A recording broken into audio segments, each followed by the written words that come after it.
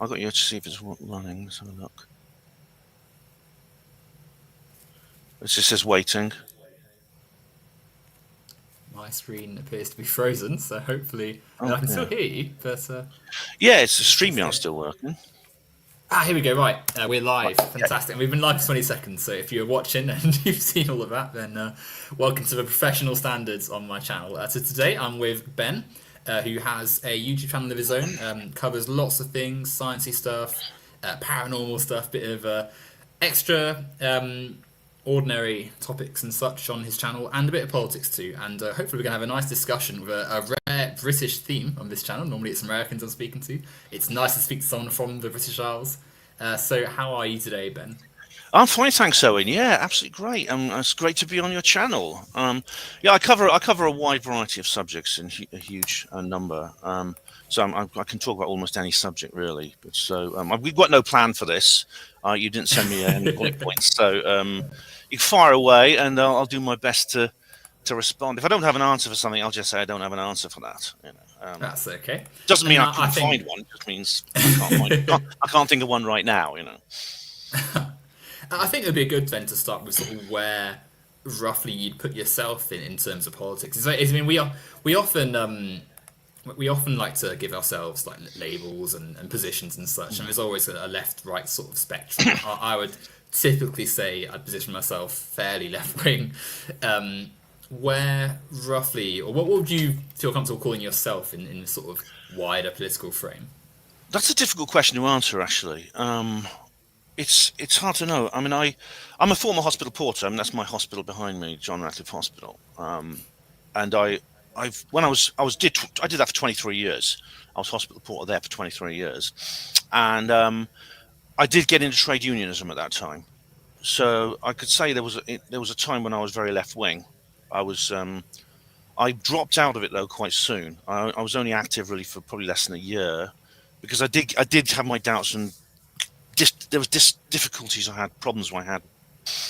Um, Same, I suppose there's still an element of myself that likes the trade union movement. However, I also like have a what you might call right wing ideas. I suppose I'm economically I'm a kind of a libertarian. I used to be a socialist. I used to believe in government hyper-regulation would probably solve the problems. Now I doubt that now. So I suppose I'm a centrist. I suppose I'm what Rin McKaylis, our mutual friend, would call a radical centrist. That's a Yeah, term she invented. bit of left, a bit of right. I mean, we're be a good place to start, I suppose, Mm. because we're living in a time really at the moment where politics and politicization is sort of everywhere, right? Like I feel like when I was growing up, obviously politics was still. It's not as though we have a very idyllic view of childhood where we don't really think about things a lot of the time. If we're lucky, if we're not so lucky, it happens a bit earlier, but we don't tend to think of things growing up as being as political as we are now, where everything is connected to some wider discussion, where everything has an immediate connection to the wider political debates and discussions in the world. And I think part of that is just living in an internet age where you've got information and data and just connections to all world of viewpoints just at our fingertips, which is good in many Yeah. ways. I think it's never. I would never turn this into like, oh, the internet's bad and scary type argument. But whereas when I was a kid, I don't remember the internet being quite as polarized as it is now. Yeah. Now I feel like there's less breathing room from it, and part of that is, I would say, as someone who is left wing and probably is closer to a socialist, part of the crisis of capitalism, the fact that we're living in a time which sees a cost of living crisis and sees what was once fringe politics sort of come to the mainstream in far right views, and also more open critique of capitalism, where the sort of the neoliberal project, I suppose, like where you've got so in the UK, Labour Party under Tony Blair, Conservatives sort of more right wing position, but still agreeing on a lot of things with the Labour Party of that era. A general consensus on free market policies, deregulation, somewhat privatisation and such. This consensus was largely accepted by both parties and a wide range of others as well. But now we're sort of seeing quite open discontent with from all sides. Really, there's no. I don't think there's anyone in the UK that's happy with how things are right now. And I think growing up, politics, like, it was never. Obviously, there were critics of Blair. I'm sure if I was my age then, I would be critical of Blair. But as a kid, it certainly didn't feel like we had the same level of discontent that we do now. And I've got my theory, my reasons for why I would say that is. But what would you say, or as a platform to sort of start off on? Like, where would you say that sort of? It's probably true about the breakdown of the previous order. I don't know how old you are. I'm not going to ask you how old you are, and I don't want you to tell me. But you do look like, I think you look a bit younger than me. You look somewhat younger than me, a decade or so. But I'm, I remember Margaret Thatcher as a child, and I remember there was a left-wing Labour Party at the time, and there's the Conservative Party were like quite radical libertarian capitalists. Since then, we have what's the term I often find in the modern era in the last few years, certainly since 1997, has been the managerial elite or the uniparty. Phrases like that have come out, which refers to figures probably starting with Tony Blair, but then leading to Rishi Sunak, Theresa May, and even Boris Johnson. Boris Johnson appeared to be like an alternative, but he merged seamlessly with the mainstream as soon as the C word epidemic broke out, and probably because he was talking to Bill Gates and people like that. But and now we have Starmer, who is. I don't think anyone really likes him. He's a horrible individual. And so as a result, there was a radicalization. I've spotted the same radicalization as you. Figures like Jeremy Corbyn have become very popular now. So you have like a re-emergence of the left. There's even talk about, it's this thing called Your Party, or they're going to make a new party out of it. And at the same time, we have Reform. We have the Reform Party, which is kind of like, well, it covers a broad spectrum of views, the Reform and the right, from just more Tory-like Tories, which I think includes Nigel Farage. There's people like there's people who are sort of more into sort of identity politics, or what you might call white advocacy, identity politics, and people like that on the right fringes of that.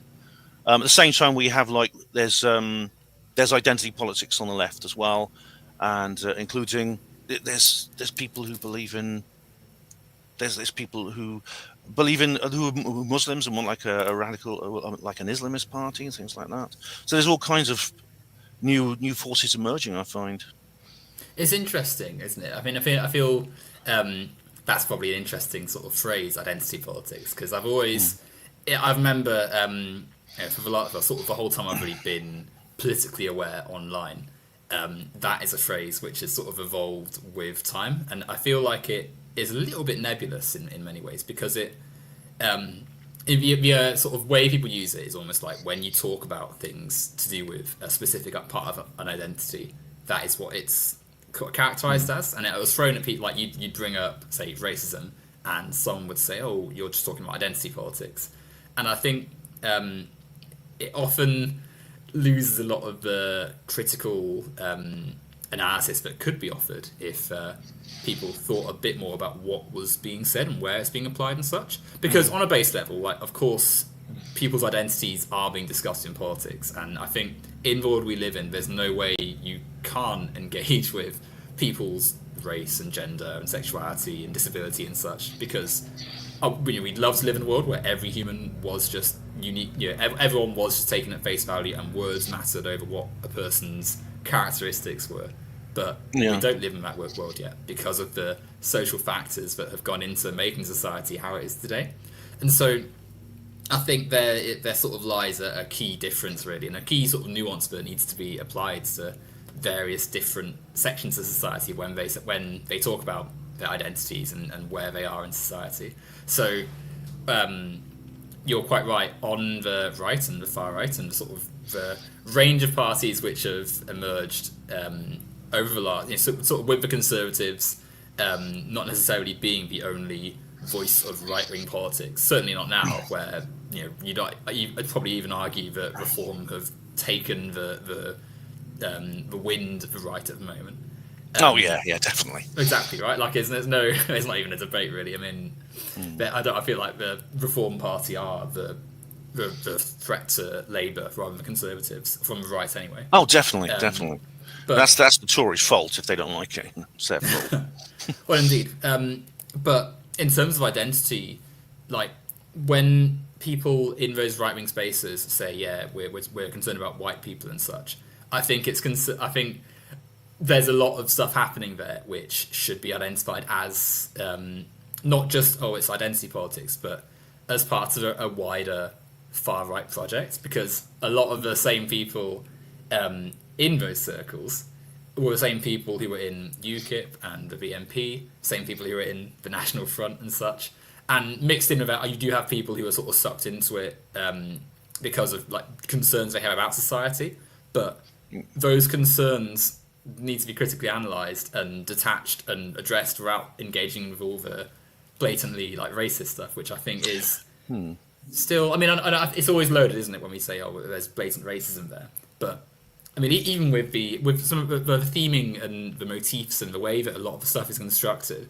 where like when someone brings up, the country is this percentage white and it's going down, like I've always, I mean, obviously, right, I'm not a white person, so it's always going to resonate more. But like in if you really engage with that argument, even if the number of white people in the country went down, what would be the issue? Like, what is the issue there if you really analyse it? And ultimately, their issue is that there's fewer white people, which race isn't something which we should be hinging our society on. Like, it's not something that even really exists beyond the constructions of people.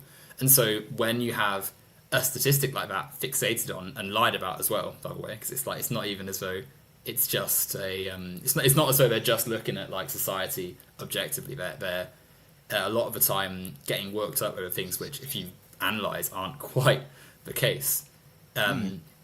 It becomes a concern for people because it ultimately legitimises a rather ugly part of society, which over the course of history hasn't led to the nicest of things. You can come in for a second because because you've made a lot of points. I'm not sure I can address all of them, but sorry, it's all right. No, it's okay. I mean, it's good you explain yourself. But you're talking when it comes to identity politics. You'll have people of different demography. You and I are of a different demography, so we'll probably see this differently. But people, in a sense, maybe not so much, because people of their own of a demography will maybe want to advocate for their own for the welfare or the interests of their own demography. But like you, if I understand you correctly, if you want to do that, it's important not to. I suppose I would like, if I do that, I would do it in a way which doesn't involve resentment and bitterness towards other demographies, because I think it is important not to judge entire demographies as a group without taking into account individuals. I've known many individuals from all demographies, actually. Being an ex-hospital portering is actually very, very cosmopolitan, and I served alongside people from all over the world. In fact, as a white British person, I was kind of in a minority, really. There were a lot of like Asians, there were a lot of Eastern Europeans, Filipinos, who were serving alongside me. And therefore, we had a common interest in our identity as hospital porters and our duties.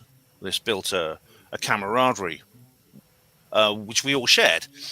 We don't, when it comes to it, people often hear the word equality or equality. I don't think people are ever going to, and people are not equal. People are all different. I think we're all equally valuable as people, but we have differences. We all have differences, and we are all constrained to a certain extent. For example, I would like to be a national hunt jockey, but it's never going to happen. And there's nothing in the world will make that happen unless I become anorexic or a 6-ton horse is ever bred. I'd like to be able to grow Mohican. I can't grow Mohican unless I have a very painful and embarrassing operation, which I don't want to have.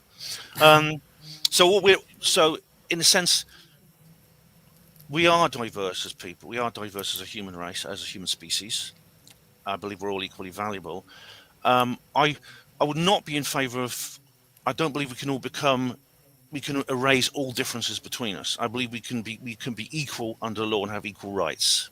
That's how I see identity politics. I don't feel resentment towards any other persons. I would fight for the rights of other demographies. But at the same time, I value my own demography. And I I think my own demography is also entitled to dignity as a part of the human family, and that's how I see it, really. And it's important, and I do try to strike a balance there and not get into the realms of resentment, because unfortunately there are people of all demographies who do get into this resentment and feeling of victimhood, and the feeling that the other side is somehow responsible, or the other demographies are responsible for all the problems in society.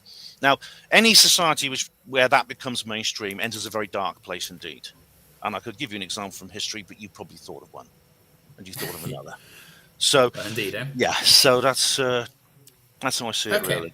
So I think that it sort of touches on a lot of the themes that I was bringing up there, like the what you said about when you were a hospital porter, the fact that there's loads of nationalities and ethnicities and such, and I can imagine the hectic nature of such a job means that you're not thinking about, oh, this person's from Japan, this person's from India, this person's from wherever. It's here's the job, let's just do it, and that teamwork and cooperation and such makes you're not even consider, like you're just doing it, and you're a team, and no one's thinking about. It's like you're all there working together, and that's what I agree with and support. And Can I just add? We were dysfunctional on several levels. There were program between, but these were very often not on demographic lines. These were more on it's clashes of personality, things like that. Yeah, it's just normal human things, right? Like in an ideal society, like of course no one's saying like everyone's gonna just perfectly come together and hold hands and sing Kumbaya, and it's all gonna be like not one conflict ever again. Like, but the fact that, as you say, the frustrations were the legitimate frustrations of working in a busy, hectic place like a hospital, where of course there's gonna, and working in a team of people, of course there's gonna be people who think differently and have different attitudes and perspectives and stuff. But as you say, no one's thinking, oh well, I can't work with that person because they don't have an English surname, whatever. And if they are, then it's certainly not one of the main themes, or they're perhaps asked to sort of shuffle along and move along, because it's the sort of job that you need to just get on with it. You can't. There's no time for things like that. In fact, it was policy. We couldn't actually say I don't want to work with that person because of their nationality. We couldn't say that. And to be honest, it didn't really need to be enforced. The necessity of the duty and the situation didn't, as you said. It didn't really. That sort of thing really didn't need to be enforced. And rightfully so, right? And I think that's the sort of point. Like we all, myself and the vast majority of people, just want to get on with their lives and treat people on the merits of who they are, right? Like no one, if we walk down the street, I wouldn't think, oh, that person is white. It's just a case of wanting to go about the livelihoods normally, but where. That has been interrupted by the racialization of society, and I think there's an important bit of history that race obviously doesn't exist scientifically. It's not as though if aliens were to fly past, they would classify humans by race. They'd have to look at the social world, where race was created by racists to classify the world into white, black, and black is used as a derogatory way to consider people for labour exploitation and such. And over time, we white is used in a derogatory term. White is used in a derogatory term too in some circumstances. I'd say. Of course. What I'm saying though is that the way society has structured itself and how historically race emerged was through the colonial expansion and through the exploitation of the global south and such. And so the reason people started perhaps sort of basing a lot of their political arguments on race and saying, we've got to empower black people and such, and we've got to, black people saying, we've got to say something about this, is in direct response to said racist attitudes and such. And there's been a lot of progress, because I certainly feel, whilst of course racism has existed in my life, there's no way, I'd be able to be having this room view now if there hadn't been significant progress on racism in society and such. But I think the reason there is still the reason I think I'm sort of wary of sort of the idea that all identity politics all things that are labelled identity politics are the same is because there is still a racist element in society, and there is still something that has been manipulated to co-opt people's ideas and to funnel people into bad faith arguments and such. And so when we think about like the fact that a lot of white people feel that they need someone to advocate for their race, like everyone needs someone to advocate for them, like that, you know, worker solidarity and people exploiting the average person, the fact that there's cost of living crisis, the fact that like billionaire corporations are making so much money whilst the average person's like energy bills are going through the roof and rent is just ridiculous and such, and you can't buy fruit without like draining out your credit card or whatever. Like the fact that that's going on is something everyone is affected by, but it's co-opted a bit by bad faith actors who I think are quite prevalent in groups like Reform and such, who turn it into, oh, the immigrants are taking away your money. There's too many identity politics. They were claiming, some people, that flying a pride flag was wasting council resources when there's poor people in the constituency.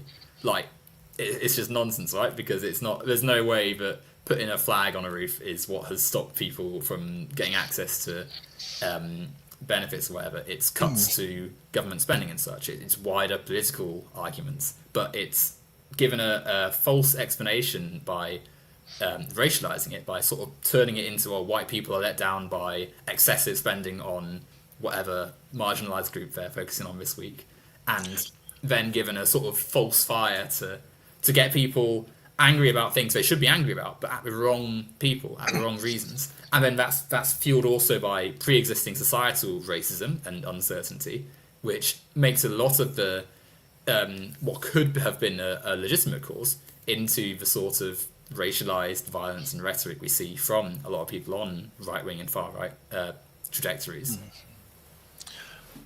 Well, I mean, I think you find that on people on left-wing trajectories as well, will also racialize various issues and also be capable of violence.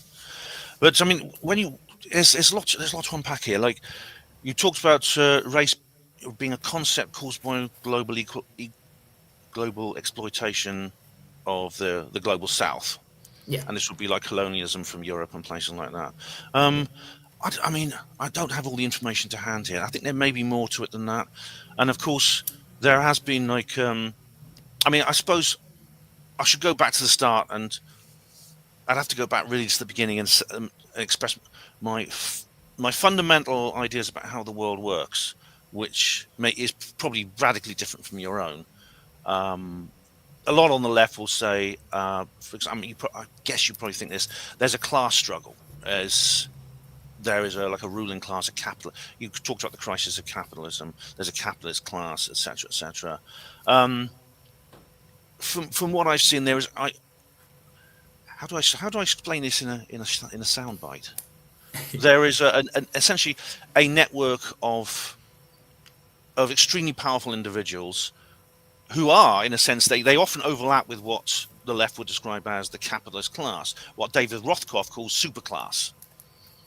I mean, it's a title of a really good book by him, actually. And but rather than being essentially an economic, in this conflict economics of the left, being kind of like the exploiter, it's more like a nepotistic secret society. It's more like that. How do I describe this? And therefore, I think it's not quite the same. We probably don't see this quite the same way.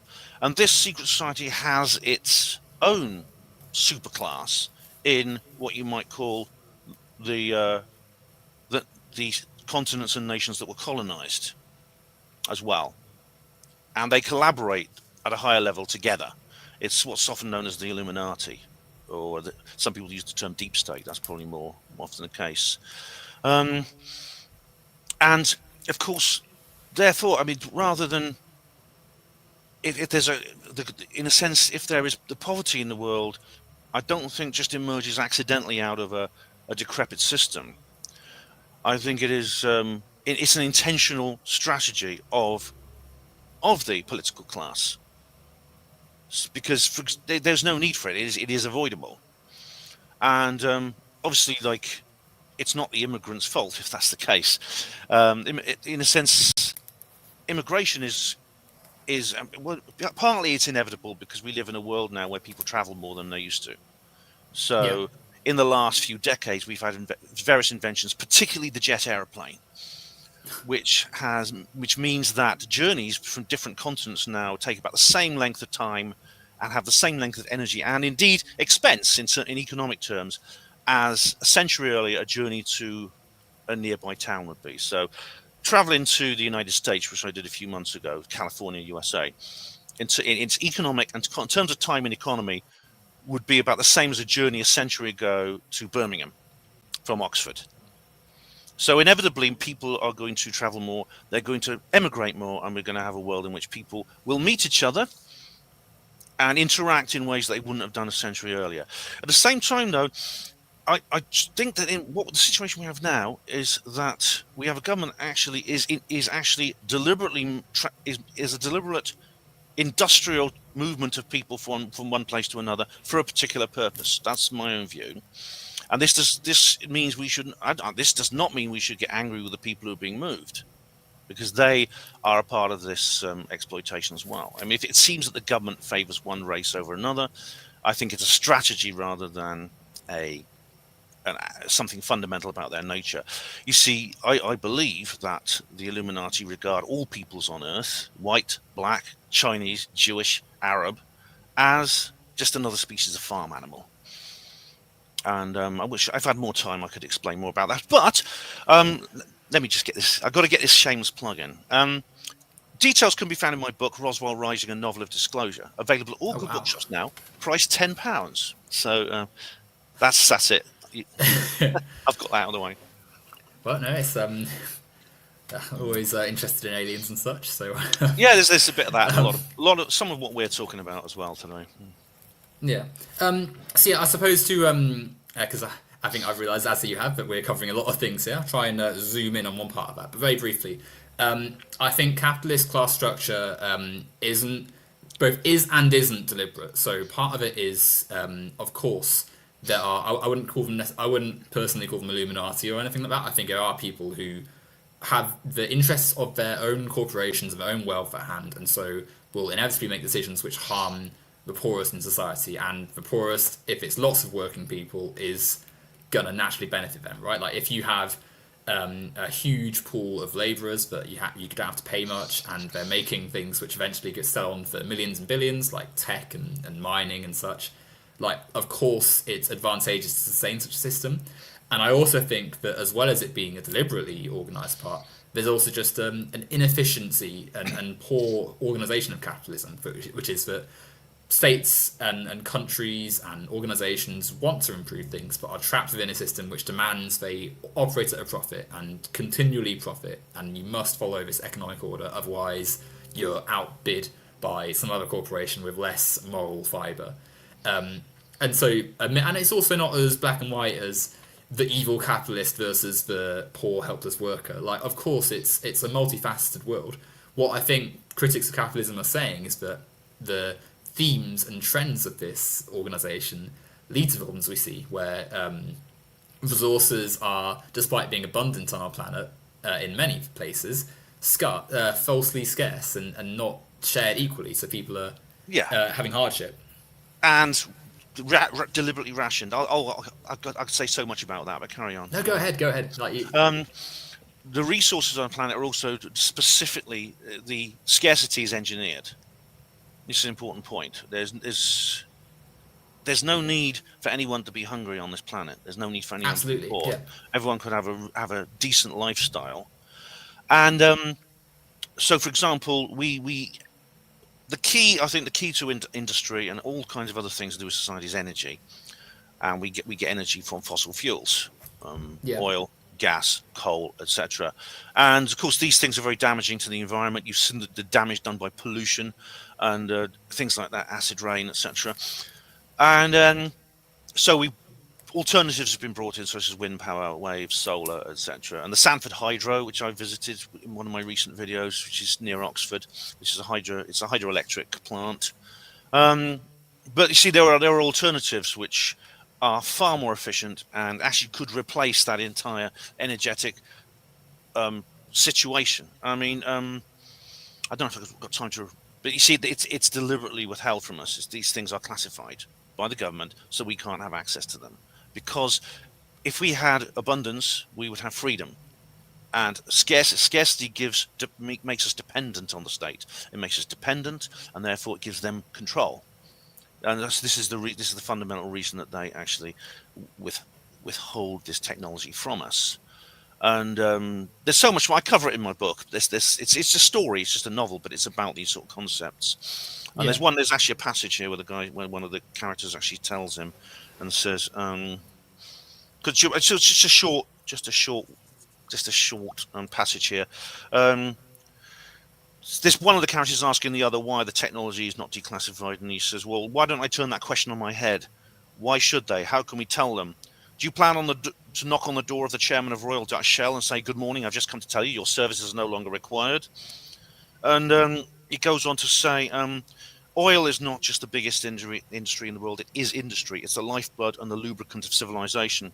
Take it away, and what happens? The world order as we know it will descend into chaos. The West will fall into mediocrity. India and China will dominate the globe with their huge populations and vast resources. Energy needs to be rationed and distributed strategically in order to maintain a stable human world. And that's one character in the book actually basically explaining the rules of the game very briefly in this dialogue with another character.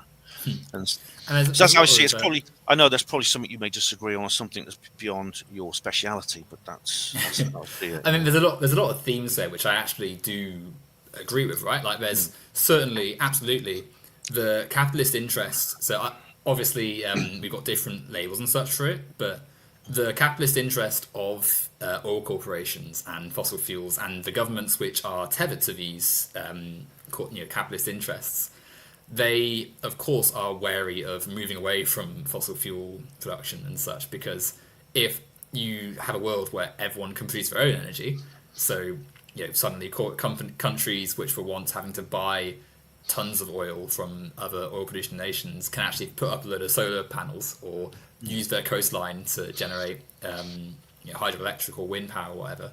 Like, suddenly you've got a more equitable world. You've got a world where the years and years of conflict over energy producing materials come to an end, because suddenly people can do more themselves.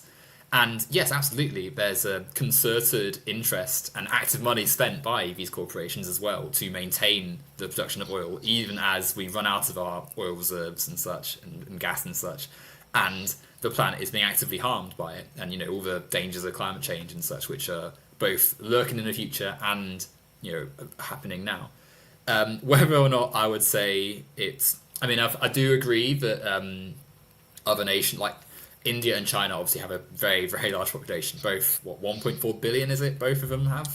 Something, but yeah, I mean, I know that there's a quarter of the people in the world live in China, and about 1 in 6 lives in India. So yeah, put those together, and you're getting on for like over a third to a half almost. But yeah. I mean, I would be not wary, because of course the governments of India and China aren't ones that I particularly like. I would not agree with the governments there. However, India and China, like, it's important to recognise that they also face the same societal problems, the same corporations influencing them, the same market pressures, and there's a lot of people there who also just want change and democracy and freedom like we do, right? Like, it's not as though I think that is sort of tying into the theme of societal racism and identity and such. Like, it's easy to conflate the 1.4 billion people of India with the government of Narendra Modi, or the actions of the ruling party in China with the over 1 billion Chinese people who, of course, like, so I think it's important to remember that as we discuss India and China as maybe not nebulous threats to the West, but like other powers seeking more power in a capitalist economy. The character who actually makes that, I've just read out, is actually one of the bad guys. He's actually the principal villain of the story. Yeah. I mean, obviously, like the Modi regime in India is like stirring up ethnic tension deliberately. The Chinese Communist Party, it's capturing people for organ harvesting and things like that. So yeah, I mean, it's appalling. I'm glad I live in this country. I really do. And of course, I mean, could you define racism for me, actually? Because you've used the term racist and racism several times. How do you define it? Because Okay. it's a word that seems to have many different definitions. It does, doesn't it? I mean, I think it's part of its history, right? Like, so racism and racist, sort of colloquial, is just like someone who dislikes someone else based on the color of their skin. And when we apply that to the reality of our social world, it's typically an expression of support and sort of affinity with the classification of society based on race, which historically has been one of white supremacy, white nationalism, and such. Now, I sit here saying this. Of course, you could have a situation where, like, a black person says, "Yeah, white people are the scum of the earth. I hate them. Society should only be black," and such people do exist, and that person is someone who is also racist. I would never sort of sit here and be like, racism is only something which is going to exist for white people only ever. But we've got to connect things to the lived reality that we're in, and we've got to look at the history of the planet when we discuss a societal facts like racism. And so it inevitably ties back to the creation of race, and the creation of race as a category to divide people into, and that was done by people who were of what we would call a white complexion, and people who believed that them being white gave them the power over the rest of the globe to conquer, enslave, and make money from it. And I think that is sort of that's where some contention comes from, because when people try and explain that a little bit and sort of say, yeah, we've got a long history of white supremacy in the Western world and beyond, people, or it's again interpreted by bad faith actors as, oh, you're saying that all white people are complete scum and must be subservient to blacks forever. Like, and of course no one's saying that. Like, we want to live in a world where we don't even have to think about race. We can just live and exist, and everyone. Well, a few people have said that, but luckily only a minority. I know it's only a tiny few think that. Yeah, I know. But sorry, carry on. Oh, well, that was sort of it, really. Like, the racism, of course, is the idea that one race. If you believe that one race is inherently better or more deserving than the others, then yes, that is racist. But it's also got to be connected to the wider history of white supremacy and be attached to systems too. Like the idea that you can stratify the world into a racialized form and make money off people basically because of racialized factors, like that is also part of racism, and that does link back to white supremacy and such, and the history of colonialism. Right. I mean, that's a fairly good definition. I mean, like, apart from you talk about the historical white supremacy, or do you see white supremacy as something fundamental? Like, it's been a fundamental part of the history of the world. It's been that white people have dominated.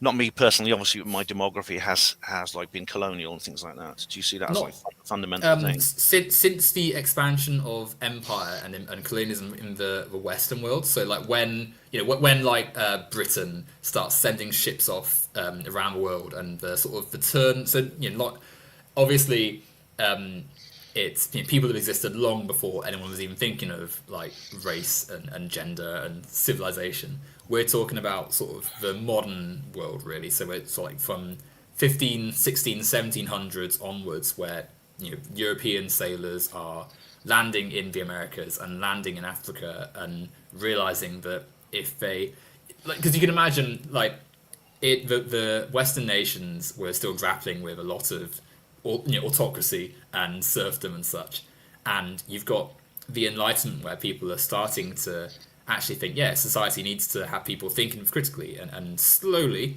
it takes a long time, but slowly Western nations are putting in the pieces, and people in Western nations, I should say, are putting the pieces to becoming the democracies we are happy to live in today, or happier, I'd say. I don't think we'd say Britain is perfect, but as you've just said, you'd rather live in a country like the UK, a modern liberal democracy, than some of the other countries in the world. However, definitely, yeah, definitely. Of course, right? Like, I'm not, there's plenty of things we criticise the UK for, and America, and all those places. But we're still lucky to have the living conditions we do. But you can imagine the thoughts like that of everyone being equal and people should have democratic rights and such conflicts with what's going on in Africa, say, where British sailors and French sailors and whoever are kidnapping the population there and transporting them off to the Americas to work on cotton plants and such to make millions for British corporations. So race is created as a category to sell this idea, almost to say, yeah, these people aren't the same as white British people. These are black Africans who are subhuman and who have different skeletons to us and who are different, and they're 3/5 of a human, as they'll later write in the US Constitution. Like, these are things which are what we talk about when we say race was created. It wasn't something which, like, because you could look at if an alien scientist came to Earth and looked at us, they'd be able to see that there was different melanin counts in our skin. Like, I've got visibly more melanin in my skin than you do, but that wouldn't be, no one. They'd also notice that our eyes. Actually, do you have brown eyes? Actually, I do. Yes. Fantastic. Okay, so maybe not a lot of white people do. Yeah. We've got different heights and different weights and all sorts of differences. But one of the differences has been politicized, racialized. One of the differences was a major part of history in terms of how society organized itself, and the other differences sort of just taken for granted. Like if you watch the news and the newsreader said, "Oh, this person, he had type A blood and he was a criminal," like, it would be a bit jarring because you wouldn't think, "Oh, well, why is he saying that?" But people, there's no evidence that's the case. Exactly. Yeah. Whereas someone might say, "Oh, that person's black and they're a criminal," and it's like, obviously we might think, "Oh, that person's a bit racist," but a lot of people would be like, "Well, of course he's black because he's black. He's a black criminal or whatever." Like, that's what we're sort of saying when race has been something which has been artificially put into human thoughts and such, and that's why it's important to link discussions of racism and of society back to this moment, which has influenced a lot of history. You go ahead. I've spoken for a little bit. Sorry. No, I mean, I suppose I'm glad I live in Britain. I mean, it's partly because we do have a better standard of living than much of the world. But I'm a patriot. I'm a patriotic British person. I do love my country. At the same time, I'm not like the Britisher. I don't believe that our imperial era was something good that we should revel in. I mean, the Britisher is a YouTuber who's absolutely convinced that the British Empire is the best thing that's ever happened to the world. I don't agree. He's called the Britisher. He's a YouTuber. I don't agree with him. It's the British Empire was not the best thing that's ever happened.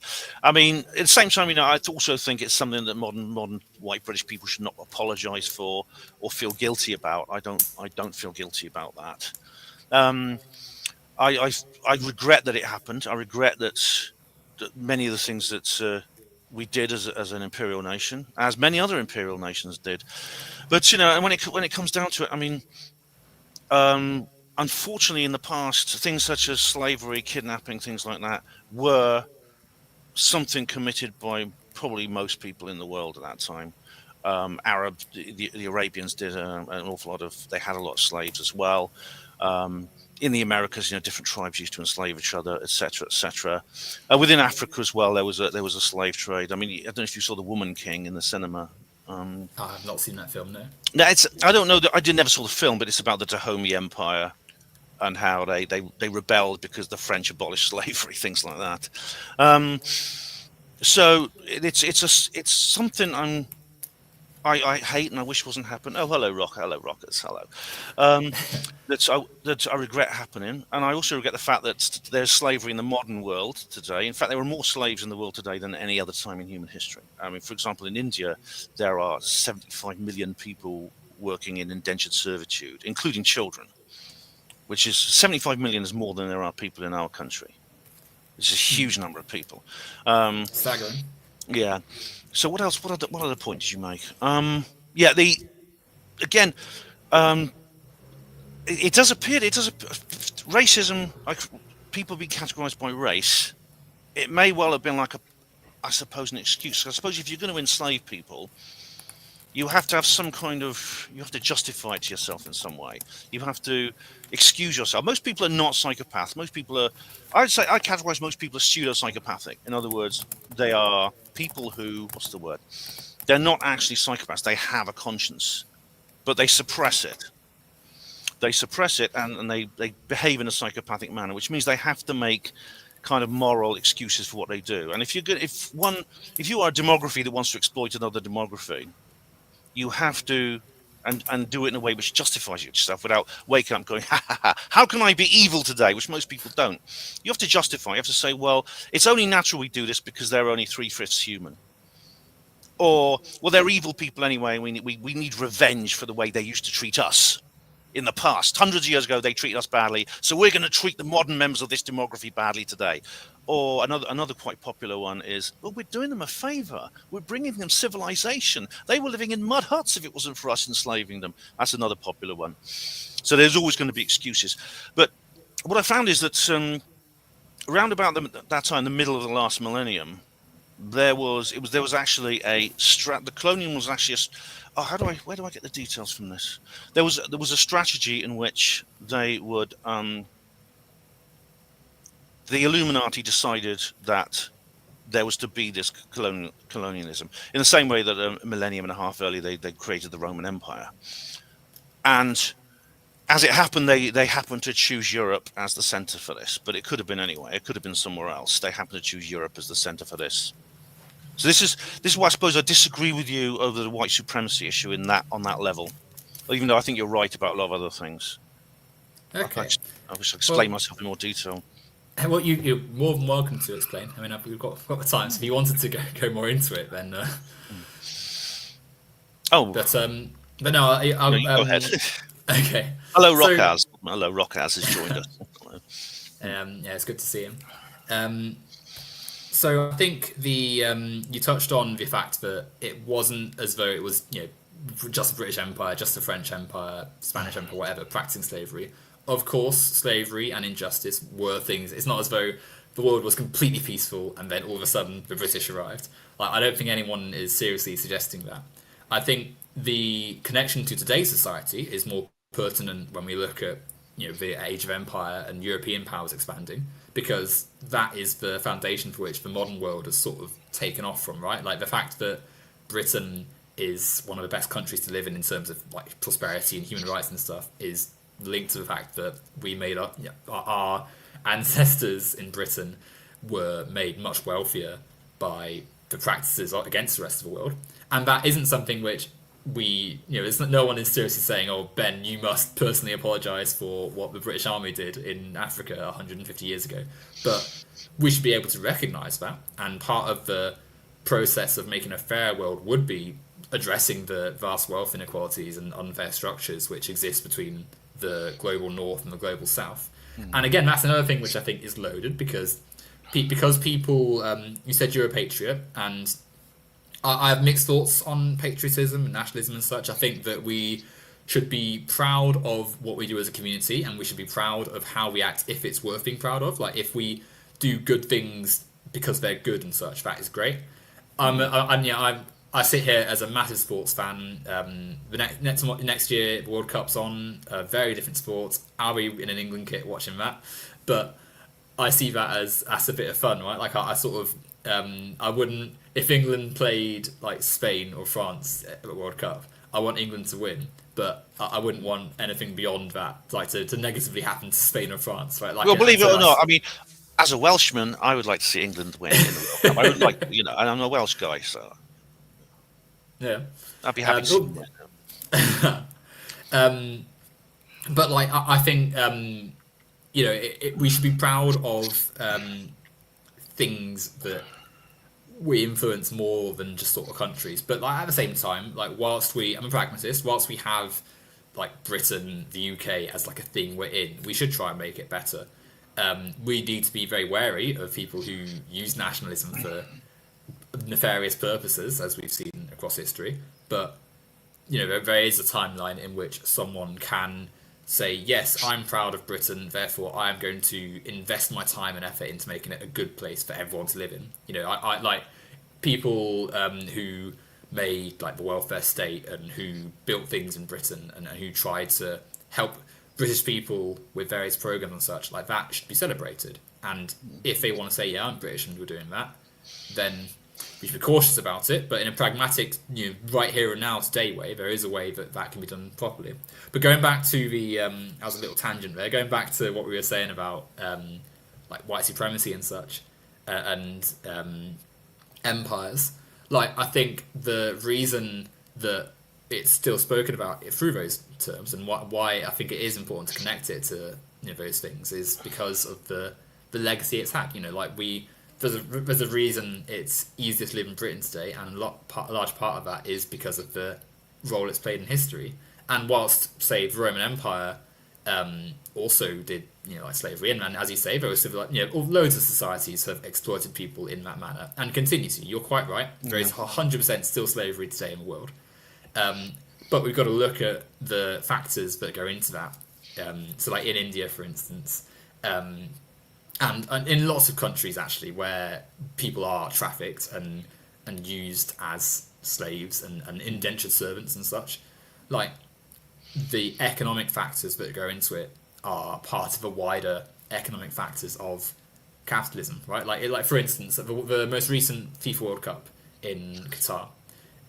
They used essentially slave labor in a lot of ways, but laborers who were given from East African countries or Middle East and Asian countries, and they invite them over to Qatar and say, yeah, we've got a high-paying job for you, send money back to your family, it'd be great. And then the employer takes their passport, they've got no workers' rights, they've got no means of recourse or anything, and they're essentially told you're going to work in like 50-degree heat, otherwise we're not going to pay you. And they're also paying for their own accommodation. And I'll tell you a story about that in a minute. Yeah, I'll tell you a story. Yeah, of course. Yeah, go for it. But I think that can be explained not through. I think you have to connect that to the capitalist projects that happen around it, namely the employers wanted to make a massive stadium really cheaply and quickly. Then it can just by saying, oh well, there's always been slavery or there's always been these things. Like, I'm not saying you were doing that, because I think actually I'm finding myself actually pleasantly agreeing with you on quite a lot of the things you're saying. But certainly, I mean, you touched on it earlier, but certainly compared to some of the recent conversations I've had, it's been refreshing. Yeah, I'm not interrupting like the last guy did. But you know what I mean? Like, I think we're in agreement because there is that exploitation. It's just connecting it to the social factors and systems which make it happen. Rockaz in the chat says there's still slavery in America, and he's right. If it will let me show the comment, I don't know why. It's a good point, Rockaz, because if you define it depends how you define slavery. Because you could define slavery as a workfare schemes, because that is a form of civic slavery, and I'm a huge critic of that.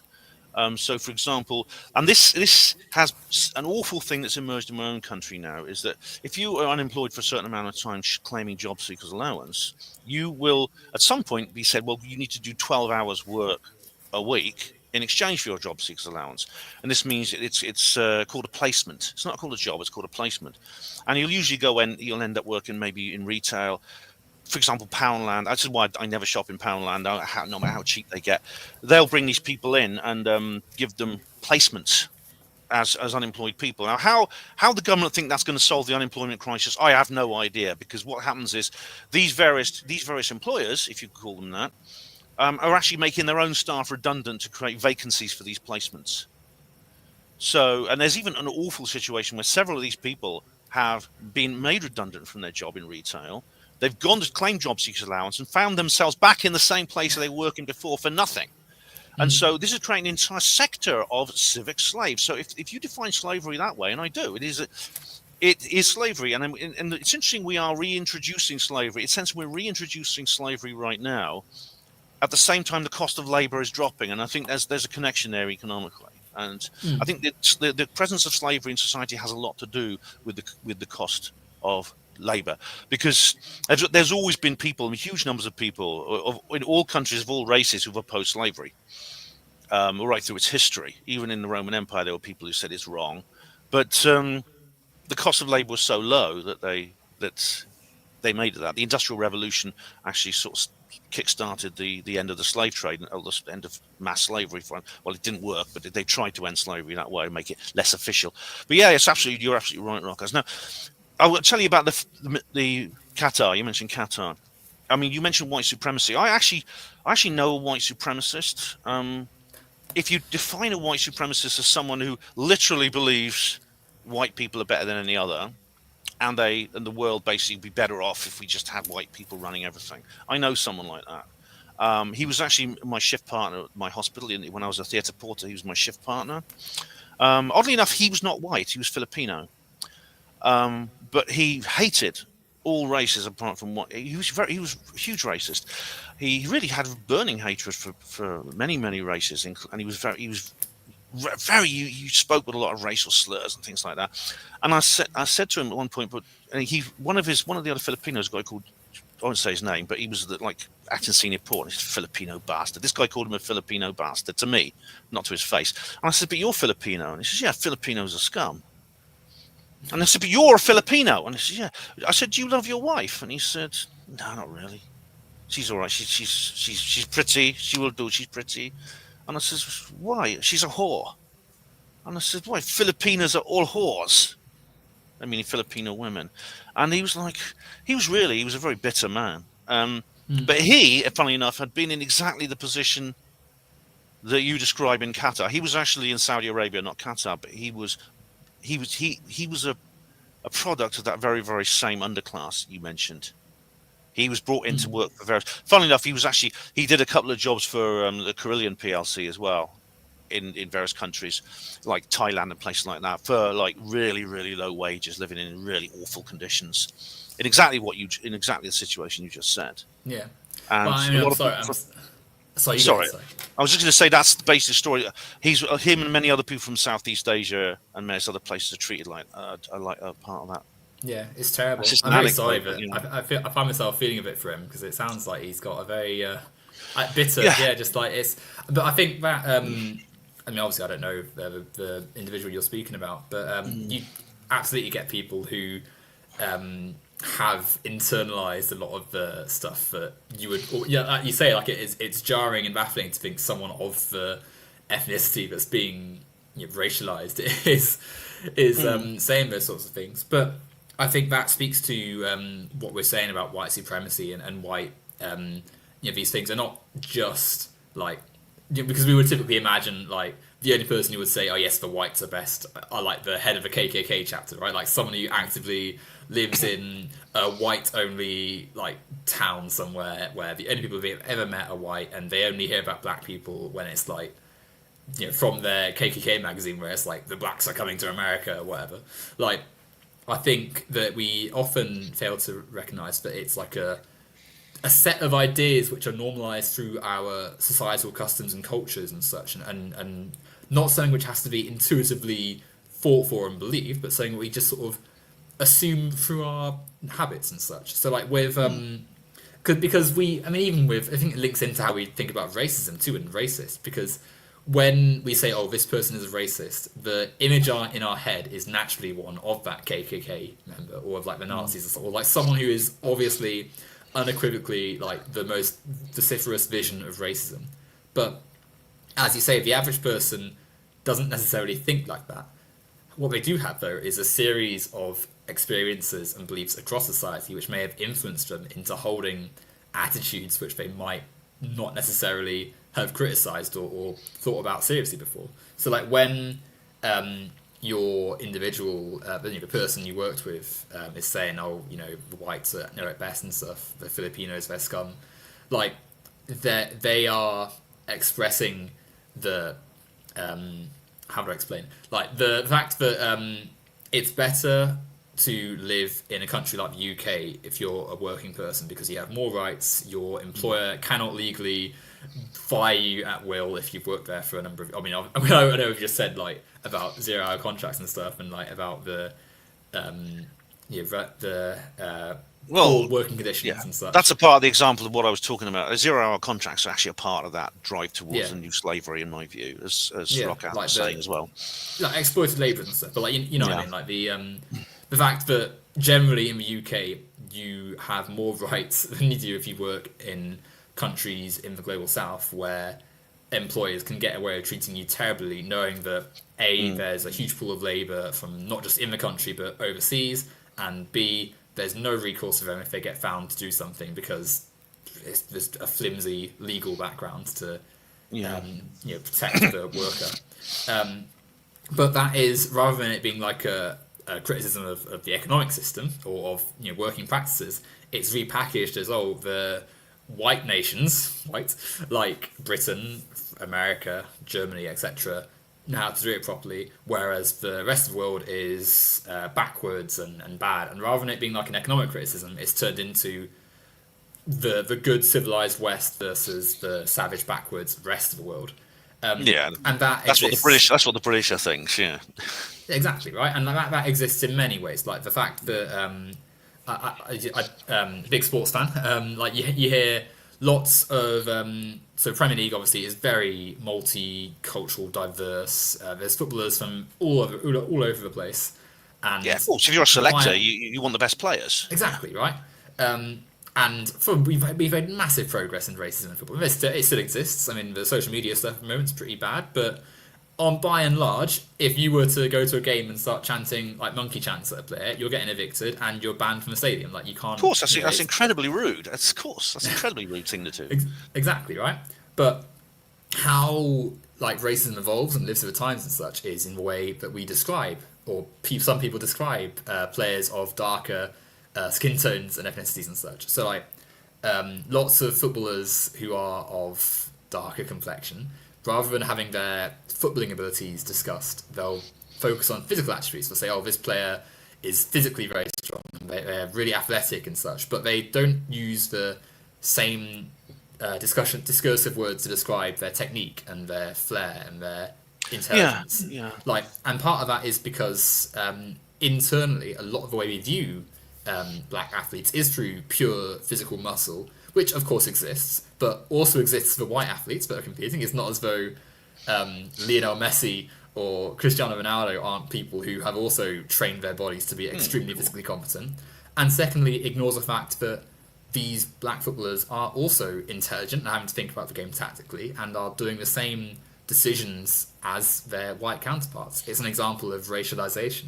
And so, of course, sport is actually a great sort of it's a great what's the word leveler, like a yeah, it's where you know people are selected on ability very much so, because if you're gonna win, you need people who are the best players. Yeah, exactly. And so I think that is sort of tied to the central theme really. That is why like white supremacy, as well as being something which is yes very tangibly found in certain people who exist in society and sadly I would say have a very loud voice in certain places at the moment. It also is something that has to be addressed in wider social norms, and that's why I think it's important to try and tie back into when we sort of touched on like reform and stuff. That's why it is important to I think have critical discussions about this sort of stuff with people who may potentially hold some views which could do a bit of questioning. Like I don't doubt that there's people like within, because I think for me there are a lot of people in the UK who are right wing and considering voting reform, and I would say that a lot of them 100% have some pretty racist views, but there's also a lot of people who have these views but would also say I want a functioning healthcare system. I want rich people to be actually paying a bit more tax. I want there to be like trains which can't get cancelled every minute and such. Like people who actually want to live in a functioning society and probably don't care about we're not like walking down the street and thinking get that black person away from me. Like they're just a person in society, but that person still, I think, if we cut away the profiteering, scummy, far-right stuff, if we sat down and had a conversation, and it would be difficult in places, and it would at times clash with what they're used to, but we could talk critically about the way that racism exists in society, and also talk about the legitimate economic concerns that exist amongst lots of people, and the cost of living crisis, and the lack of decent work, and the fact that we even in the society that has so much so many resources and so much technological advancement and stuff still need to be stuck to the idea of you must work all the time, otherwise society's going to cast you off and put you in demeaning benefit systems which don't even work and cancel your benefits if you don't show up to nasty appointments and stuff. No, I mean yeah, absolutely. I mean, that's the kind of conversation I think we're having now. I mean, we're addressing some thorny issues, but we're doing it, I think, in a very civilized way. Well, I mean, you brought up a lot of points again. Sorry, it's all right. No, it's all right. I can it's good. It's good you can describe this as in detail, as much detail as you can. I don't know why Joey was a white supremacist. Oh, I said his name now. Sorry. It's quite a common name in the Philippines, and this is many years ago. I don't know why Joey was a white supremacist. I suspect it's because his primary experience of meeting white people was in a much more beneficial way to himself than it was meeting, for example, people in the Middle East, people of the Arabian types, and indeed in his own country. I think it was simply because of that. I mean, he was very anti-Muslim. He despised Muslims because he said the Muslims in his own country were horrible and things like this, and they killed lots of people. So I think it was his own kind of experience that led him into white supremacy. But hello, Audinos. Hello, how are you? Hello. And now, you mentioned taxation. I mean, would it's an interesting question. If we paid more tax, would it really improve things? Because we're paying so much already. We are as the average. I better. If you have a job and you have if you are earning an income, what proportion of the income actually is forfeit to the state? So I think it's interesting when we talk about tax, because we are sort of average people in society. Like, we're not like billionaires. I think when we think about tax and the distribution of wealth and such, people who are left wing, and even really just people like centre left and such, are more thinking of massive corporations like Amazon or like JP Morgan or like Walmart when we think about where the wealth is coming from to redistribute and to fund social programs.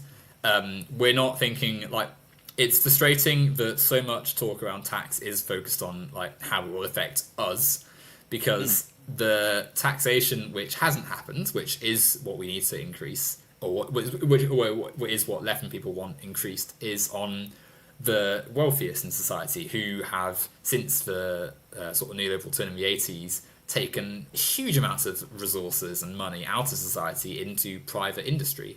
And that's why we see multi-billionaires like it's easy to focus on like Elon Musk and Jeff Bezos and stuff, because they're quite high profile ones, but there are so many corporations and so many extremely wealthy individuals and boardrooms which basically just act as giant sacks of money, right? Like, they're not really contributing to society as such. Like, they aren't. It's kind of, that was what Rothkopf calls the superclass. Some of these are people whose names we know, and some of them are people whose names you may not have heard of. But yeah, and like, I suppose as well. Sorry to add a bit more to that. Like, it's also, it's not even necessarily that they're like, again, some of them are not very nice people, but to me, it's not like, oh, they're evil. It's the fact that the system we have of capitalism is like, you're incentivized to make money, right? Like, the whole point is that you take what you have and you profit from it, so that you can do more with what you have, and you have more to make from and such, and you accumulate capital, and you get to be the best capitalist you can be, right? Like, and we often imagine it in terms of like a small business. Like, we imagine like I'm trying to think of something. It would be like the person who makes wardrobes, and like some carpenter or something. Like, we imagine in the Adam Smith version, like, we imagine some person thinking, yes, I'm going to cut down the most the nicest tree. You can tell I'm not a carpenter, right? But they use the highest quality wood, and they spend their time crafting the most beautiful, ornate cupboards, and then they'll make the best sales and be able to expand their operation, maybe hire their brother. Sorry, I'm just distracted. Sorry, Owen, I've just been distracted. That's Rin Michaelis. I recognise that. Sorry. Hi, Rin. How are you? Pardon me. Yes, our mutual friend. I recognised Rin from the little profile picture. I see a picture now. Yeah, I can. Sorry, I just want to say hi, Ren. How you doing? Glad you made it. Glad you got up early to see us. Sorry to cut you off. You're talking about carpenters and wardrobes and trees. Not at all, no. So yeah, like, we imagine, in the idealized version, we imagine some carpenter has you taken the time to build some wardrobes, and then sold enough wardrobes to build a bigger workshop, hire their brother on, and now they can make wardrobes for the whole village and expand and be a better capitalist. And it's a nice idea, like, when you think of it in like some sort of, I don't know, like Little House on the Prairie type, nice, comfortable sort of existence and such.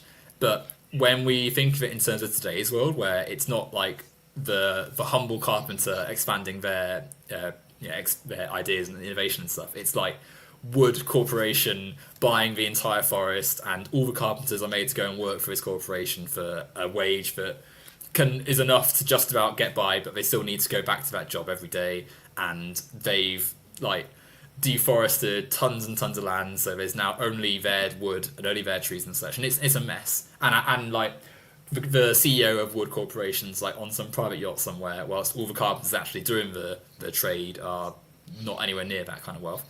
That is what we're sort of criticizing when we're saying, yeah, we need to tax like the wealthiest in society more, and then we'll be able to put that wealth into society to afford the functioning healthcare and the decent transport links, and have people actually with the society in which people have resources there for them, there's more time for people to engage in arts and their pastimes and their hobbies, and people with an actual interest in the industry they're going into can feel inspired and actually have some commitment to what they're doing. And I think this is obviously still within a capitalist system, because beyond the capitalist system, like to sort of more like socialism and stuff, and ideas of complete worker ownership, and doing away with the ideas of private corporations being able to profit off their workers and such. Like, you wouldn't necessarily need to have a central body taxing people, because resources would be democratically owned, and you wouldn't have to have you wouldn't have to go to Amazon and say, yes, we need to take back some money from you because you've got a ridiculous amount. You would just be able to have it democratically done, and not necessarily as top down anyway. But pragmatically, within capitalist organisations and within a sort of the society we have today, yes, people want to take money from vastly wealthy entities which rely on society to function, and say, yeah, let's use that to fund it. Right. You go ahead, Si. Would you describe yourself as a Marxist? I would say that the works of Marx that's a label. It is a label. I think that there's a lot of his stuff which I would agree with, and there's a lot of useful stuff there. I'm always reluctant to say I'm anythingist, because I think Marx said a lot of things correctly. He's also someone who lived over 150 years ago, so I think it's as with anything, rather than sort of saying, yes, I completely follow this person to the death, take the opinions that are good and reflect critically on the ones which are less good.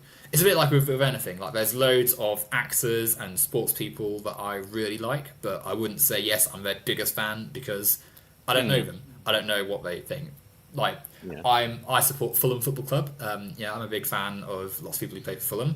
Tomorrow they could do something really horrible, and I have no way of knowing, right? So there's no, in my mind, it's better to think of people positively and think, yes, I'd like to support a lot of stuff they do, but also have that critical mind as well, to not completely adhere to everything they've said. So I would say, yes, I support lots of Marxist positions, and I think Marx is good, but there's also I wouldn't say I'm blindly devoted to him or anything.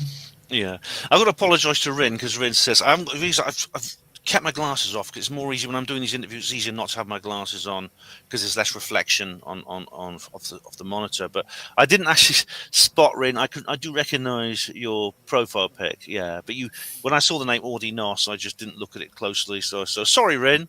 Hello, hi, Rin. All right, but I do recognise you now when I look closer. Yeah. Now on the subject of taxation, it's fair. If you're going to have taxation, it's fair enough. So, for example, that people, it's kind of based on the ability to pay. So, my dad was an engineer, and he worked for several companies, including pest control companies. And he was a professional qualified man. He went to Polytechnic and things like that. And so he earned more than I did. I'm a hospital porter, which is unskilled labour essentially. Even though, of course, there are skills and tricks of the trade, and I believe we were underpaid. I earned less than he did. I wouldn't expect to earn as much as my dad did. My dad's retired now. He's 76 and he's retired. But so he paid more tax than I did. That's fair enough. And of course, when you get up to the super class, they're literally tax free. They literally have like a unspoken tax rebate.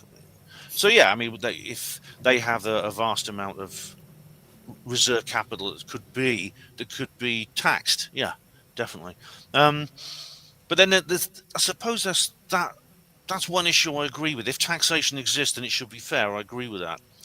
But is taxation itself at a fundamental level fair? So, for example, it's at such a high level. I do what generally for everyone it's at such a huge level. So, for example, there have been several minimalist states in the past who have had very low taxes. I mean, in the Bible, there's lots of talks about tax collectors.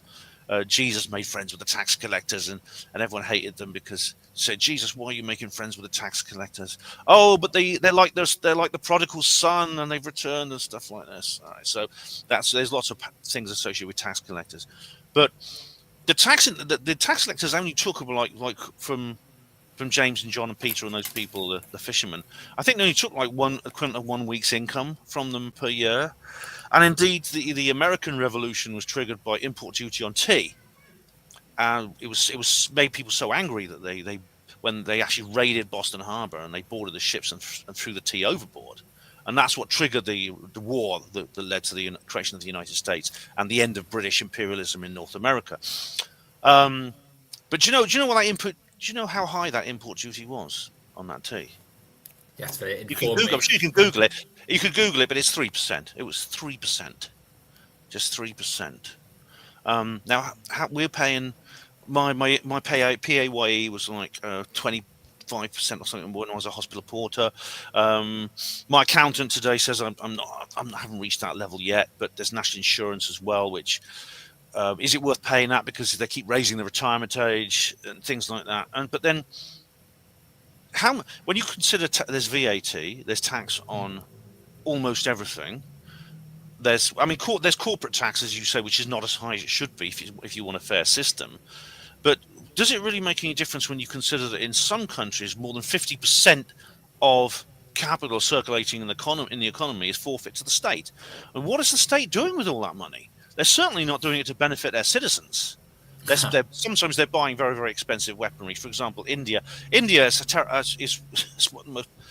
one of the worst poverty problems on earth. It's in terms of like the number of people who are begging and indentured servitude, not just in the severity, but in vast numbers. Yet they have a fleet of 4 nuclear submarines with missiles pointed at Pakistan. They bought 2 new aircraft carriers.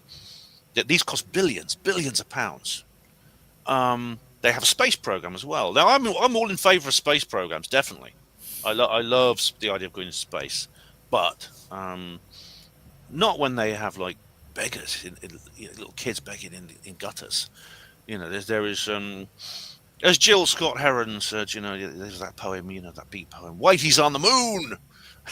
And even though I don't like have this kind of, I may not share his views on racial politics, but he makes a good point in that beat poem, which is that the government seem to be very selective. They can spend vast amounts of money on things they want to spend and spend nothing at all on things they don't want to spend on. And on what they obviously don't want to spend money on is the welfare of the citizens. I accept that. So in that case, does raising the amount of money that we give them from our own income in the hope that they will return it to us in some way through the beneficence of their soul and their amazing altruism, is that a good? I'd say don't give them any more. Definitely don't give them any more. I mean, you raised some very good points. I think that absolutely it's quite disgusting actually that some states will, as you say, spend loads on getting to space, which could be a big scientific achievement, but really, hoovering up lots of public resources, nuclear submarines, vanity projects. I mean, Narendra Modi, I'm pretty sure, has like a dozen stadiums for cricket named after him in India as well. There's a lot of things which shouldn't be happening. I think that it's very much a case that because we live in a system which has states as a feature of capitalist organization, right? Like it's not as though the states are entities really of themselves. Like they are connected to our economies and to the networks of capital which exist across the world. And so because of that, right wing and centre right and stuff parties are in charge of these states and manage how money is allocated. So the first person who said, "Yeah, let's collect some money from our corporations and our citizens and stuff. Let's have a pool of resources, and we'll use that across society to fund the hospital and the school and whatever." Like that person was thinking logically. That was a good idea. Like because they obviously might have been able to say, yeah, like of course they, ideally from my perspective, it would have been like a broader societal change, but they live in the moment. They can't snap their fingers and end all inequality and injustice. So they've got to come up with a way to try and fix the problems of society. And they say, yeah, this company has got millions. Let's make them give a bit back to society, and then that will fund the school that their workers send their kids to, or that will fund the roads that people need to drive to get to and from work and such. And so, because of that, and because society expands broadly from how it was pre-industrial revolution to today, where we've got all sorts of mechanisms and features and such, I think the development of all this has produced more, which then leads to higher taxes, because the average things you're going to engage with today is vastly more than what you were engaging with probably in 1810 or like 1905 or whatever. But attached to that is also the expansion of, as you say, the state, and also of people with moneyed interests with it, like who engage with state activities. So the fact that the state does not always allocate its resources properly is not to say that taxation under our current capitalist organisation should be done away with, because as we've seen in our country, austerity, cutting tax for various brackets and such, has had a massively negative impact on our our state-operated functions, which, whilst have their problems, they are still crucial for a lot of people. Like I don't know about you, but I was born in an NHS hospital. Yeah, same here. Like it's exactly like, and it's the fact that in America, my mum would have been billed for her stay in hospital and expected to pay within a certain time. Like it's a bit scary actually. Couldn't get insurance. Yeah, that's right. When I lived in Manchester, I knew someone who, so he was like a really into skateboarding, and he broke his arm when he was in America. And rather than go to hospital, he just made like homemade sling, flew back home, and then got it seen in Britain. Like, because he didn't want to have to pay how much it was going to cost him to have it done in, the US hospital. I'd probably do the same, actually. Yeah, if I was in this position, I'd probably do the same. Yeah. Right, and like, I mean, that one sort of he was saying that as like a sort of amusing like little anecdote, but it becomes quite serious when it's like the people in America actively not getting medical help because they're worried they're going to be bankrupted by the stay there, or they're worried that if they take their loved one to hospital, they're going to be given medical treatment which is just completely unaffordable, even as something as basic as like insulin, which is just like skyrocketing in price. And also diabetes is a long-term health problem. So if you get that, for example, or you get another long-term health problem like arthritis or something, you can literally be an insurance write-off that no company will cover you. Exactly. As a car would be if it broke down too much.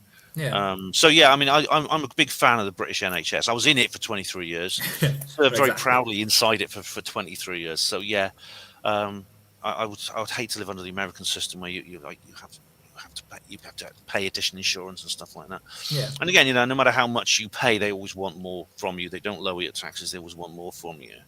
And I think that sorry, just to add the last little bit before. Sure, carry on. The end point was just that I think for us, of course, in an ideal system, we'd all have, in the ideal systems beyond capitalist organisation and such, there wouldn't need to be like big taxes and having to fill out all these forms and stuff, because we'd have better management of resources, and we wouldn't put it onto our citizens to fund various things, and corporations wouldn't be hoarding billions, and we wouldn't have to come and get money from them either.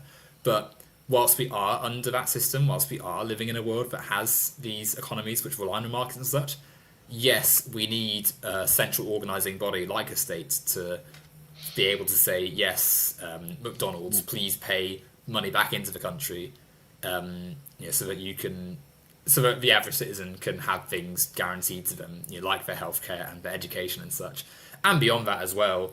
I think to lean into a little bit of Marx sort of and such, thinking about the fact that when the corporation made the $1 billion or £1 billion or whatever, it's their workers were needed to produce that. So then they also, logically, they should be able to have the things in their life that they need to survive and need to have a better quality of life and such to be able to continue the economy functioning and such. Well, and yeah, that was definitely something right. Marx got right. Definitely got that right. Anyway, you go ahead, sorry. So, sorry, were you finished? Is that all right? No, I am. Yeah, I was trying to. Yeah. I was realizing that I was going off on one a little bit. No, it's all right. That's got a something. full stop in it. Sorry, that's right. That's something Marx got right. Was if employees cannot earn the money to buy the products they produce, then the economy stagnates. He was absolutely right about that. And of course, again, I'm aware that instantaneous change cannot happen. I believe a better world is possible, and maybe possibly in a different way than you do. But that's it. To describe that would be a very, very big subject to get into. But yeah, I'm aware that revolutionary change cannot happen overnight. There's always going to be a transitional period. I believe we're not going to wake up one day in a post-Illuminati world. There's going to be there's going to be like a period where one move changes to the other, which I hope does happen. But yeah, I mean, I see your point there, I do. We were going for nearly an hour and a half. I'm going to have to head off soon. But do you mind if I ask you a question? Yeah, of course. Go ahead. It's a somewhat different subject. You mentioned how aliens would regard this planet and the people on it if they arrived, and how they would see us from the outside differently to how we see ourselves. Yeah. You did. Do you ever think about that, about an extraterrestrial intelligence interacting with the human species and planet Earth? Do you ever think about that at all? Yes. I mean, I think there's loads of pop culture about aliens, right? Like I've watched the X-Files. Most people have seen like Star Wars. Good for you. Yeah, good for you. But in terms of like sort of more like critical, like sciencey side of it, I think the size and scope of the universe is colossal, and Earth and the solar system is a very small pocket of it. So I think that for me, there's 100% life beyond Earth. We're not the centre of the universe. There's so much out there, but because the universe is so big, like it's not necessarily unsurprising. But I mean, I'm not going to put words in your mouth, but I would probably guess that perhaps you do think there's been some alien contact on Earth. Yes, and that's something I've said many times on my channel, so it's okay. It's my words. Yeah, I have said that. Brilliant. I thought as much. I just didn't want to, it's all right. speak for you or anything. But like, I think for me, aliens are fascinating as like a thing to think about, and definitely out there as such. But look, we were talking about Illuminati. You said Illuminati a second ago and such, and government cover-ups, and I think that whilst a lot of that is fun and interesting, and definitely like there are cover-ups and such, I don't necessarily think like I know X-Files is like a bit of obviously it's a fiction, it's a pop culture, right? But the idea that the government's putting all its efforts into covering up like UFOs landing and stuff, and the contact with other species is to me like a bit hyperbolic, when for me the cover-ups and such are more in the interest of on Earth matters, like wealth and money and such, like so you wouldn't like it's like when you were saying about like superclass and like conspiracies and governments and stuff. Of course there are things that that are covered up and that aren't spoken of openly, but a lot of that is in interest of real world economics and capital, and like a government for instance, and like wealthy people for instance, they aren't hiding their names because they're in contact with like, aliens and such and part of like secret cabals. It's as part of the organisation of capital. They want to make money and they don't want their name on. Yeah, but they're not necessarily interested in being like really high profile because they're interested in how will exactly right. Like how will my corporation make the most money? And like someone like Elon Musk is like a an interesting one because they are happy to have, they want to be really popular and they want to have Twitter as their own play thing and such, and they want to be in government and be like a big hero and stuff. But there's lots of people who look at Elon Musk and think, wow, he is a complete turnip and is basically like tanking his company. So let's do his stuff, but maybe on a backseat. A lot of people also, I think, they're wealthy and they want to influence governments and stuff as per the tenets of capitalism, right? Like they want to make as much money as possible, and if they're friendly with numerous state governments, then of course they're going to be in a better position to do that. But they also know that, like, let's say you're one of Keir Starmer's best friends and you're a millionaire. Like, Keir Starmer, poor people, Keir Starmer's friends. Carry on. Exactly right. Keir Starmer is not the most popular man at the moment, and so if your name is appearing alongside him, like Musk's did with Trump's for ages, it's probably not going to be best thing for your brand, right? You're not going to necessarily like court the most favour. So and also longevity. Like, let's say Labour lose the next general election and the next government's in, the next government might not be as sympathetic to your business interests if you spent the last one with the opposition, right? So like they have to some extent be a bit faceless, not literally faceless, but like be a bit anonymous and in the background so they can continue their economic deals. But no, you go ahead. What were you going to say? Then they can. No, you're right. They can donate to one party, then donate to the other, and no one will notice. Yeah, that's absolutely right. Now, Rin has actually said here. He said the same thing on my channel. He believes aliens have visited Earth. I believe there's life on other planets, but I strongly don't believe aliens have visited us. That's absolutely right. Rin and I actually did do an entire program about this. It's based on this. Jon Stewart did like a little piece on it, which I still can't watch because it's blocked in my country. But yeah, we had a discussion about that, and we disagreed totally about it because, I mean, you're right that you're right in the sense that the universe is bound to be life out there in the universe, and there is. In my view, it is interacting with us. It is already interacting with us. Do you know there's an object currently heading through the solar system right now, for which there was no completely agreed on natural explanation. Are you aware of that? I wasn't. What do you mean there was no explanation? It's called 3I Atlas, which is it's designated as an interstellar comet, but it's actually behaving in a way that John Oliver, not Jon Stewart. Sorry, Rin, I mustn't get those two mixed up. Yeah. It's behaving in a way that no other comet has. It's, for example, its chemistry is completely wrong. It's also generating it has an internal light source. What's it called, sorry? 3I Atlas. 3 and letter I Atlas. Yeah, okay, so I cut you off and keep going. Well, I've done a couple of videos about it. If you want to watch, the best way to find out is probably to watch the videos. I've done about 3 or 4 videos on it, and in all modesty, that's probably the best way to educate yourself on the subject. But there's also a lot of nonsense being talked about this. So we're just waiting to see exactly what it does. It's not coming anywhere near Earth at the moment. It's actually avoiding Earth almost. It's on the other side of the solar system. It's if it doesn't want to see us, but it's very keen to visit the other planets. Like it's going very close to Mars and Jupiter, which indicates that it is trying to look at this solar system while being aware of the presence of the human observation, trying to avoid contact with us. So it's being very elusive. Its trajectory is taking it closer to Mars than it has. Yeah, it's getting very close to Mars. In less than 2 weeks, it goes very close to Mars, and then it's going to travel. It's going to be behind the sun, so we won't see it for about a month, and it's going to come out. And if it stays on course, head towards Jupiter. It might change course, though. You see, it's possible it will change course and maybe stay with us. We don't know. You see. When I say there's an extraterrestrial intelligence engaging with us, it may not be beings that behave like the creatures from science fiction. There's an anthropomorphizing of aliens in science fiction. We tend to put ourselves in their feet. We tend to put ourselves in their shoes, which we shouldn't do. Even if we don't even know if they have 2 feet anyway. But they kind of like.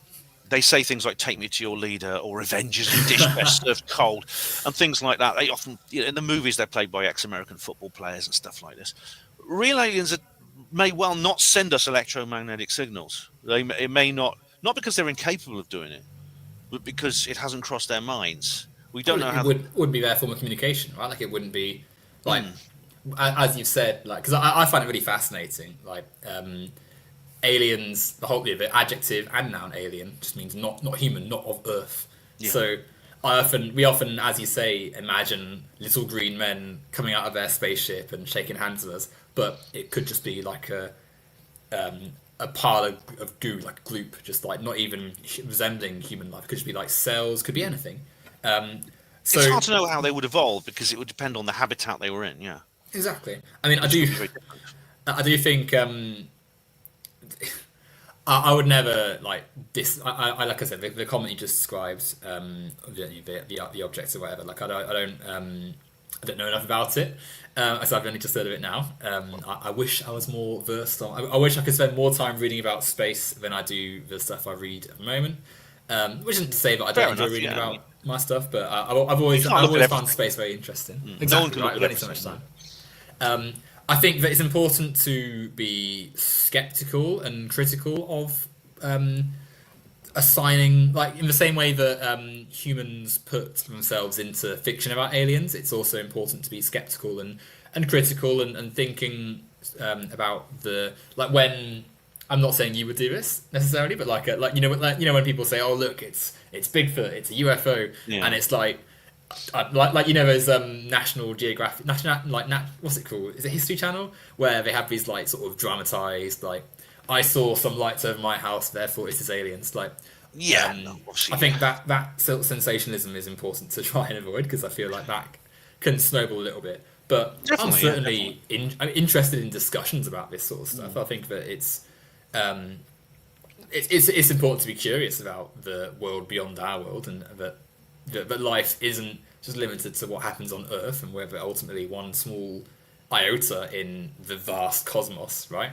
But in terms of connecting it to Earth and such, I think that whilst yes, there are definitely secret elements of our world and definitely things which happen beyond what we're able to publicly engage with, rather than assigning that to extraterrestrial stuff or secret societies and such, I think that it's important to link it to the just social world we live in and the economics and such we live in. And who knows, maybe if in the timeline I described where like eventually humans get to a better society, maybe it sounds a bit silly, isn't it? Like saying an alien will pop out and say, "Hey, did you consider that we were here the whole time?" Like, but like for me, I like it's interesting to think about for me, but how do I describe it? The things we can affect and influence here and now are what I like to focus on. If that makes sense. Yeah, that's fair enough. And I mean, I think about those things as well. But I mean, there is a connection. There's the term exopolitics, which doesn't really appear anymore now. But it is kind of about our. But I've done an entire presentation. Actually, I did several live shows about the anatomy of this secrecy, because the government do know more about this than they're telling us. And of course, the reason they're covering up is for their own. It's for their own purposes. And indeed, I describe it very much in my book. This book is primarily about that. And if you, I know it's my own book, but please do read it. Do get a copy. Oswald writing a novel of disclosure. Where's it available, Ben? Where Everywhere, can you, everywhere, everywhere. including that horrible corporation Amazon, which we were talking about earlier. Yeah, but it's a primarily about that, and it is essentially for their own purposes, and it's to do with all kinds of things, such as the way they're scared that we might think differently if we about ourselves and our world and our society in terms of the cultural impact. It's sometimes called ontological shock. That if it was revealed we were not alone in the universe, we weren't the only intelligent life in the universe. It's also to do with the technology that they've learned from the extraterrestrial beings, because these beings do sometimes contact us. They are very elusive, but they have made contact, sometimes with individuals. There are many people, including close friends of mine, who've had personal contact with non-human intelligences. And sometimes it is through more organized contacts at the state level. But I'd love to go on. I'd love to go on and talk more with you on this, Owen. And other subjects as well. But we've had a really long interview, and I'm getting tired. Yes, I was just thinking that like 20 minutes ago or something you said that it was you'd have to dash off soon. So no, it's been 1 hour, almost an hour and 40 minutes. An hour and 40 minutes we've been going. Do you normally Well, go on for that long? Do you normally? yes and no. So sometimes I think the typical, like it's between an hour to 2 hours I normally go on for. I've had some go over 2 hours. I think the longest I've ever done was years ago now, but it was like 4 hours long. Blimey, that's a lot. But no, it's been a nice chat. I think that Thanks. There's been some disagreement, but like I think generally we have fairly Those are the best shows. Yeah, exactly right. I mean, it could have been a shouty one, couldn't it? But no, I think it's been interesting. Not least for me, because I mean, two British people getting to talk for me is not quite rare actually. Because you'd be surprised that America seems to be where most of these streams end up being. Yeah, I've watched a couple. I've watched a couple of your videos, and they do seem to be focused on the other side of the Atlantic. Yeah, very much so. Yeah, so I think I'll edit the title slightly, and. To anyone listening, Ben, where can we find your stuff?